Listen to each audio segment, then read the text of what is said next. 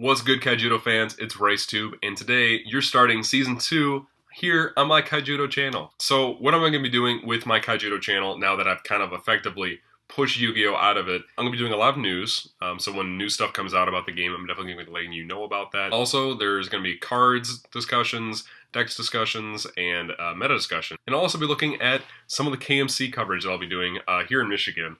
We have a few KMCs that happen around in this area, including some ones in Illinois, in Ohio, definitely on the east side of the state in places like Clinton Township, where I just returned from. The last KMC that I went to, we did a lot of coverage on the road, and we got a whole bunch of different footage that we're trying to put together into a sort of like a documentary style experience for you guys. If you clicked on this to view the single card discussion of Virtuous Alcadeus, I just wanted to slide this in, get that in there right before we start, because you guys, this is the first episode of Season 2.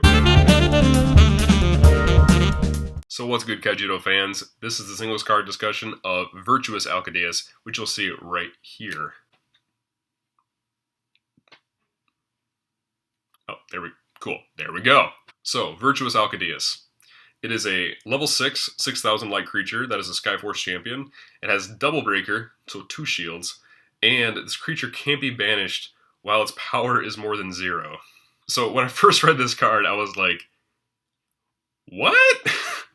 This is absolutely ridiculous, because it is. The fact that there is like almost nothing in the game that can kill this thing is absolutely amazing. There is a card being released in Vortex that lowers the power of a creature down to like minus 7,000, but how many decks are actually going to run that card? There's also Absolute Darkness, but you know, that's only exclusive to Darkness decks. There's not a lot of other ways for, like, say, Fire to kill this thing if it ends up hitting the field. In a lot of ways, it's very similar to one of our hexproof people, except it can be targeted by effects and spells and stuff like that, but there's just a lot fewer answers to this card. For example, Slayers can't kill it, Terror Pit can't kill it, Blinder Beetle Prime doing something crazy and running right into it because it's like, why not? YOLO, let's kill this thing right now. Can't kill it. That's a big deal.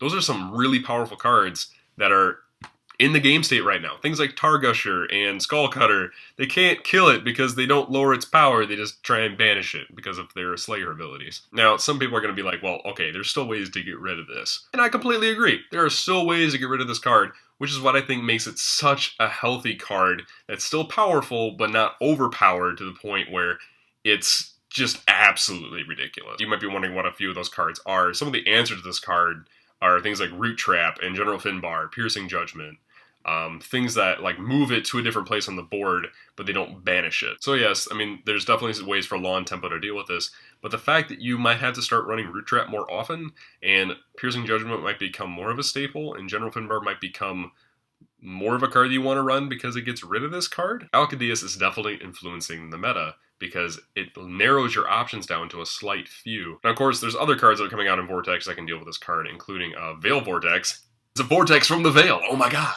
It's a really easy way to get rid of this card. There's things like Psychic Predator, Rusalka, that can lock this creature down and prevent it from attacking. So one of the neat things I actually just thought of was that you can use Oathsworn Call with this thing, and it's an unkillable blocker.